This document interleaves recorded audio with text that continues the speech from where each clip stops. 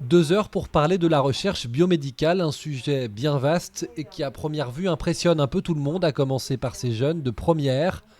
Mais l'objectif de cette opération 1000 chercheurs dans les écoles, organisée par l'AFM Téléthon, c'est bien de parler de la recherche différemment. L'idée, c'est de leur montrer que la recherche, c'est pas que les prix Nobel.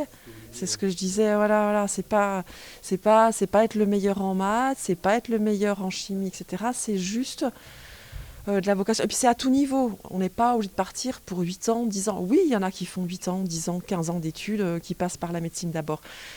Mais non, je veux dire bac+2, bac+3, on peut toujours faire des formations aussi après derrière.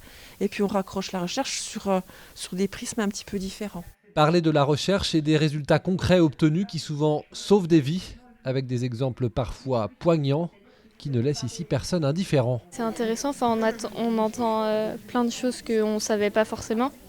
Comme quoi par exemple Les méthodes pour découvrir de nouvelles maladies et comment on peut les soigner. Comment les maladies, comment ça se passe dans le corps.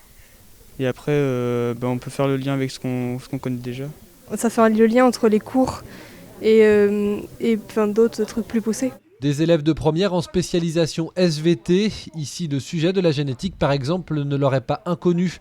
Pour leurs professeurs, ce temps passé est même très précieux pour la suite du programme. Ça rend concret le cours, ce qu'on a pu faire en génétique, à la fois l'ADN, l'expression du programme génétique, les maladies génétiques.